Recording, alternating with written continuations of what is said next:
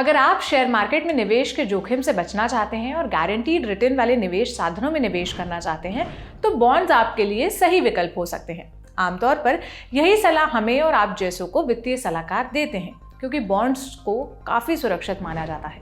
लेकिन आज आरबीआई के एक फैसले से सरकारी बॉन्ड की यील्ड क्रैश हो गई।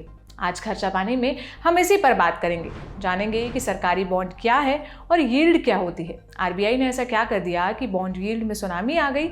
इसके अलावा ये भी जानेंगे कि सरकारी बॉन्ड की यील्ड के गिरने से हमारा और आपका क्या नुकसान होने वाला है। एक्सपर्ट्स के जरिए इन सब बातों को विस्तार से समझेंगे। तो चलिए शुरू करते हैं आज का episode. Reserve bank of India ने सबको चौंकाते हुए अपनी बैठक में रेपो रेट में किसी तरह का बदलाव नहीं किया। चौंकाते हुए इसलिए क्योंकि सबको उम्मीद थी कि आरबीआई फिर से कर्ज महंगा करेगा, लेकिन आरबीआई ने रेपो रेट को 6.5% पर जस का तस रखा। रेपो रेट उस दर को कहते हैं जिस दर पर आरबीआई बैंकों को कर्ज देता है। रेपो रेट बढ़ने से सीधा मतलब होता है कि आरबीआई से बैंकों को महंगा कर्ज मिलेगा। ऐसे में बैंक भी अपने ग्राहकों को महंगा लोन बांटेंगे। इसलिए आरबीआई के इस फैसले से होम लोन, कार लोन और पर्सनल लोन लेने वाले लोगों को राहत मिली है। लेकिन सरकारी बॉन्ड में पैसा लगाने वालों के साथ एक खेल हो गया। आरबीआई के फैसले के बाद गुरुवार 6 अप्रैल को भारत सरकार की बॉन्ड यील्ड औंधे मुंह गिर गई। मनी मार्केट में 10 साल के मैच्योरिटी वाले सरकारी बॉन्ड की यील्ड 7.2857% से गिरकर 7.1469% पर आ गई है।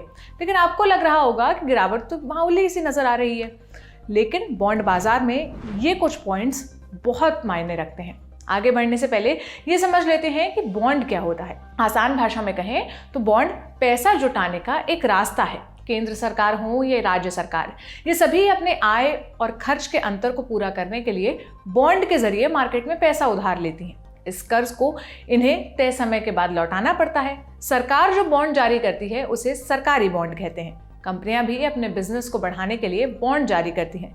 इसे कॉर्पोरेट बॉन्ड कहा जाता है। बस दोनों में फर्क ये होता है कि सरकारी बॉन्ड में निवेश के लिहाज से काफी सेफ माना जाता है, क्योंकि इसमें सोवरेन गारंटी यानी सरकार की गारंटी होती है। अब समझते हैं कि बॉन्ड यील्ड क्या होती है। बॉन्ड से मिलने वाले ब्याज या रिटर्न को बॉन्ड यील्ड कहा जाता है। बॉन्ड पर पहले से तय रेट पर ब्याज मिलता है, इसमें बदलाव नहीं होता है। तय आमदनी देने की वजह से बॉन्ड को तय आय वाले निवेश विकल्प भी कहते हैं। बॉन्ड की मैच्योरिटी अवधि 1 से लेकर 40 साल तक हो सकती है, लेकिन भारत में 10 साल की मैच्योरिटी वाले बॉन्ड को बेंचमार्क माना जाता है। बॉन्ड से मिलने वाले रिटर्न को यील्ड कहा जाता है। बॉन्ड की यील्ड और इसके मूल्य का आपस में उल्टा संबंध होता है। इसका मतलब कि बॉन्ड की कीमत घटने पर उसकी यील्ड बढ़ जाती है, बॉन्ड की कीमत बढ़ने पर उसकी यील्ड घट जाती है। इसे एक उदाहरण से आसानी से समझा जा सकता है। मान लीजिए कि एक बॉन्ड की कीमत 100 रुपए है। उसका कूपन रेट या यूं कहें ब्याज दर 10% है, क्योंकि जिस तरह शेयर का कारोबार शेयर मार्केट में होता है उसी तरह बॉन्ड की भी ट्रेडिंग होती है। जिस मार्केट में बॉन्ड की ट्रेडिंग होती है उसे मनी मार्केट कहते हैं, क्योंकि बॉन्ड की ट्रेडिंग होती है, इससे इसका मूल्य घटता या बढ़ता रहता है। 10% की दर से 100 रुपए के बॉन्ड पर 10 रुपए ब्याज 1 साल में मिलेगा। अब मान लीजिए बाजार में बॉन्ड का मूल्य घटकर 90 रुपए रह जाता है। इस पर आपको 10 रुपए ब्याज, बॉन्ड का कूपन रेट नहीं बदलता है, 10 रुपए ब्याज मिलेगा। इस तरह आपको 90 रुपए निवेश कर 10 रुपए का ब्याज मिलेगा। इस तरह बॉन्ड का मूल्य घटने पर उसकी यील्ड बढ़ जाती है। ठीक इसके उलट बॉन्ड की कीमत बढ़ने पर यील्ड घट जाती है। इस बारे में हमने फाइनेंशियल एक्सपर्ट शरद कोहली से भी बात की। अब जैसे शेयर मार्केट होती है ऐसे ही एक बॉन्ड मार्केट भी होती है, और इस बॉन्ड मार्केट में भी इसमें 2 चीजें चलती हैं। एक तो बॉन्ड की कीमत चलती है, एक बॉन्ड का कूपन रेट जिसको हम कहते हैं। कूपन रेट होता है कि जिस इंटरेस्ट रेट पर वो बॉन्ड रिलीज किया गया है। और जो लोग नहीं जानते उनकी जानकारी के लिए मैं बता देता हूं कि बॉन्ड 5 साल, 10 साल, 40 साल, 3 साल अलग अलग अवधि के होते हैं, और इनके इंटरेस्ट रेट्स भी इसी हिसाब से, कूपन रेट भी अलग अलग होते हैं। अब हुआ क्या कि आज मॉनेटरी पॉलिसी आई आरबीआई की। बुधवार शाम को उदाहरण के तौर पे 10 साल का जो बॉन्ड था उसकी जो यील्ड थी 7.28 थी। हालांकि इसको 4 डेसिमल्स में लिया जाता है, पर चलिए मैं 4 डेसिमल्स में नहीं जाके, क्योंकि आम आदमी के लिए वो 4 डेसिमल्स काम के नहीं है, 7.28 थी। जैसे ही शक्तिकांत दास साहब ने, जो गवर्नर है आरबीआई के, उन्होंने अनाउंसमेंट करी कि वो रेपो रेट में कोई चेंज नहीं कर रहे। हो क्या रहा था कि मार्केट में ये अटकलें लगाई जा रही थी कि शायद कम से कम 25 basis point reserve bank rate जरूर बढ़ाएगा। ये पूरी चारों तरफ ये एक तरह से हवा फैली हुई थी, और जैसे बड़ी हैरानगी से या बड़े सरप्राइज मूव में आरबीआई ने आज पॉज ले लिया, मतलब इस मॉनेटरी पॉलिसी में कोई रेट नहीं बढ़ाया गया। अब जिन लोगों ने इन बॉन्ड्स में फॉरवर्ड कॉन्ट्रैक्ट किए हुए थे, फ्यूचर के कॉन्ट्रैक्ट किए हुए थे इस उम्मीद में कि ये रेट 25 बेसिस पॉइंट बढ़ेगा, तो उन्होंने 7.28 के उठा के इस उम्मीद में कि शायद ये 7.5 हो जाएगा या शायद 7.4 हो जाएगा। अब जैसे ही उन्होंने सुना कि ये तो रेट नहीं बढ़े, तो बॉन्ड मार्केट में खलबली मच गई, और जो कूपन जो ट्रेडिंग के रेट थे वो 7.28 से घट के 7.14 तक आ गए। अब आम आदमी ये सोचता है कि भाई 7.28 से घट के 1.4 आ गए, तो उनकी जानकारी के लिए मैं बताऊं, क्योंकि इसके पीछे इतना बड़ा पैसा चलता है कि 4 डेसिमल में रेट होते हैं, मतलब 0.0001 भी अगर फर्क पड़ता है तो बहुत बड़ा फर्क पड़ जाता है। तो जहां आरबीआई ने कुछ नहीं किया, वहां बॉन्ड मार्केट में बहुत कुछ हो गया। एकदम से बॉन्ड मार्केट के रेट्स क्रैश कर गए। मान लीजिए आपने 1 लाख रुपए का सरकार को उधार दिया बॉन्ड के माध्यम से, जिसको हम सॉवरेन गारंटी ट्रेजरी बॉन्ड्स कहते हैं। आपने 1 लाख दिया, अब उस पर रेट चल रहा है मान लीजिए 7.28%। इसका मतलब 1 साल बाद आपको 7,280 रुपए उस पर रिटर्न मिल जाएगा। अगर ये 10 साल के बॉन्ड है तो प्रतिवर्ष आपको 7,280 रुपए मिलता रहेगा। अब इसको समझिए ऐसे कि मान लीजिए बॉन्ड यील्ड घट जाती है, तो बॉन्ड यील्ड घट जाती है, तो इस साल जो बॉन्ड निकले थे वो 7.28% के थे। अब अगले साल मान लीजिए बॉन्ड यील्ड बढ़ जाती है, मतलब मान लीजिए बॉन्ड में उदाहरण के तौर पर बॉन्ड यील्ड 8 हो जाती है, तो अगले साल जो बॉन्ड निकलेंगे वो 8% पे निकलेंगे।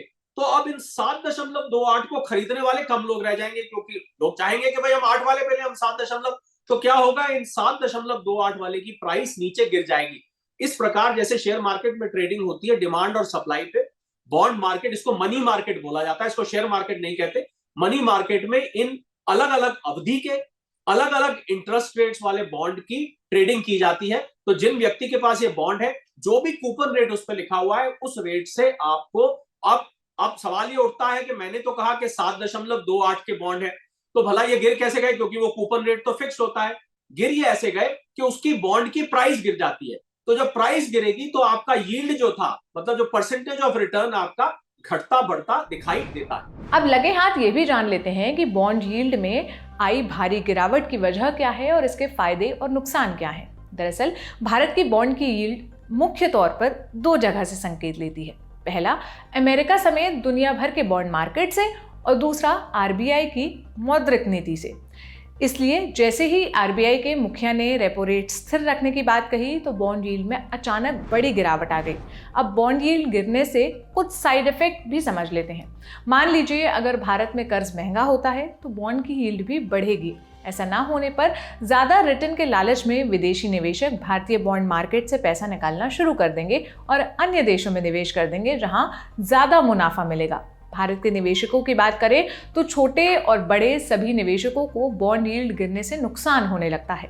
पहले छोटे निवेशक इसमें इसलिए निवेश नहीं कर पाते थे क्योंकि पहले कम से कम 5 करोड़ रुपए के बॉन्ड खरीदना जरूरी था। लेकिन दिलचस्प बात यह है कि अब रिटेल निवेशक भी इसमें पैसा लगा सकते हैं। निवेशक 10,000 रुपए का निवेश भी इन बॉन्ड में कर सकते हैं। निवेशकों का भले ही नुकसान होता हो, लेकिन सरकार के लिए राहत वाली बात होती है, क्योंकि उसे कर्ज जुटाने में आसानी होती है, क्योंकि कम ब्याज चुकाना पड़ता है। आपको बता दें कि मोदी सरकार वित्त वर्ष 2023-24 के पहले 6 महीने में सरकारी बॉन्ड जारी कर 8.88 लाख करोड़ रुपए का कर्ज लेगी। वित्त मंत्रालय ने 29 मार्च को जारी एक बयान में जानकारी दी थी। सरकार ने इस बजट में वित्त वर्ष 2024 के लिए 15,32,000 करोड़ रुपए उधार लेने का लक्ष्य रखा है।